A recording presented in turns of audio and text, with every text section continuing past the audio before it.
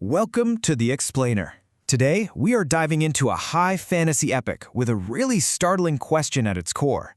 What if the absolute freedom we all crave isn't a paradise at all, but actually a prison? So the whole story really kicks off with this incredibly powerful warning, right?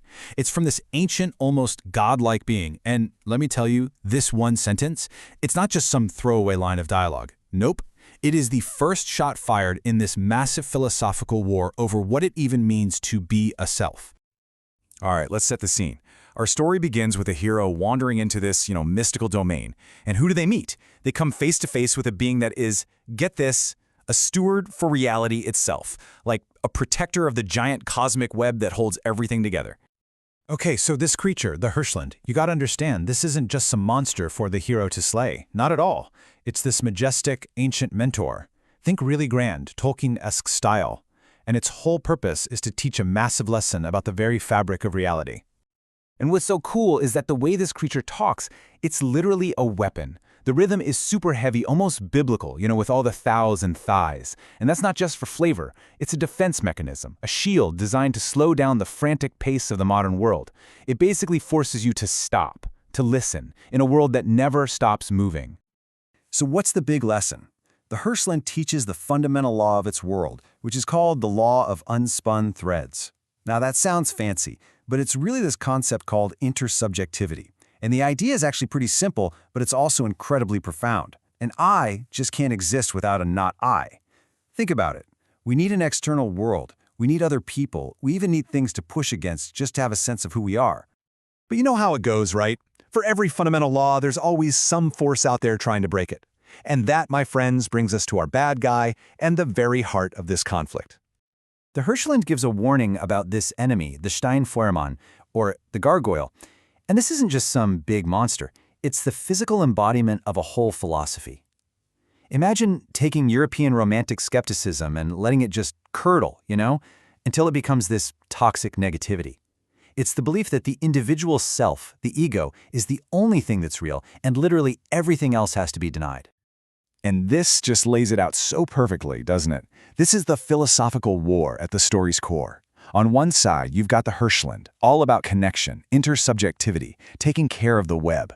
And on the other side, the gargoyle, championing the absolute ego, actively trying to negate every bond. It's a classic battle.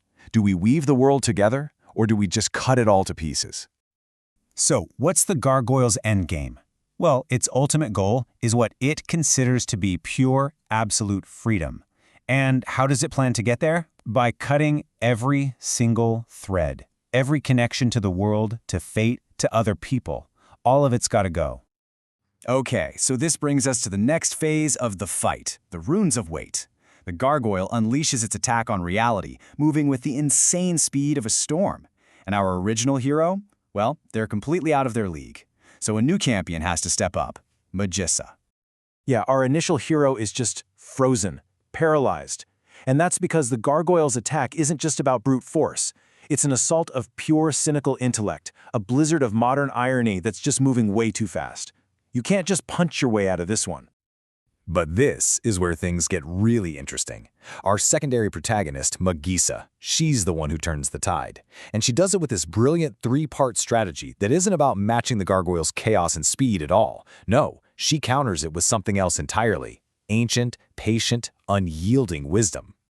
And this is the crucial part. Magissa doesn't try to fight the storm head-on. That's a losing battle. Instead, first she uses the Runes of Weight. She slows everything way, way down, forcing the gargoyle to actually face the consequences of its destruction. Then, instead of fighting fire with more fire, she uses pure light, luminosity, to just expose how toxic its nature really is. And finally, she becomes the weaver, patiently retying all those threads of reality just as fast as the gargoyle can cut them.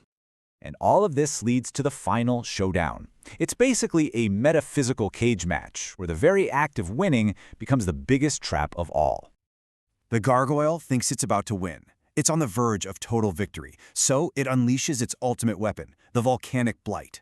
It's basically trying to create this prison of living ash, to just burn it all down and prove once and for all that it's the only thing that matters.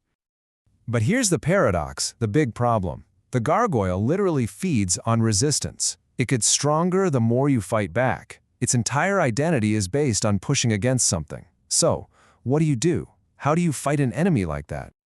Well, guided by the Hirschland's wisdom, Magissa and her allies do something completely unthinkable, something that goes against every instinct. They just stop fighting. They lower their shields, drop their defenses, and let the gargoyle win.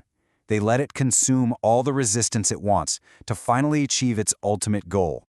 And in that moment of apparent victory, the gargoyle makes a fatal mistake. The story calls it the Fictanian error. Remember that whole eye needs a not eye thing? Well, this is the trap.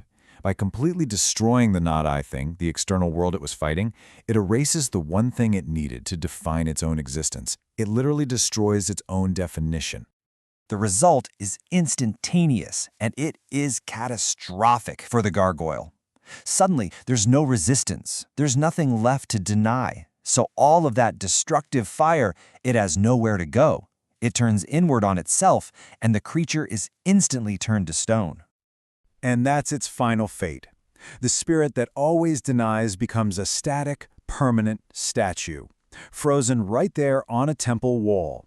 It's a monument to its own absolute error, bound forever by the very spirit of stewardship that it tried so hard to destroy. Kinda ironic, huh? So, this leaves us with a pretty provocative final thought, doesn't it? This whole story, this whole fable, is arguing that we need resistance, we need that not I, just to know who we are. So it makes you wonder, what happens to us in a world that's more and more tailored to our own little bubbles, where the threads that connect us and challenge us start to get weaker or even fade away completely?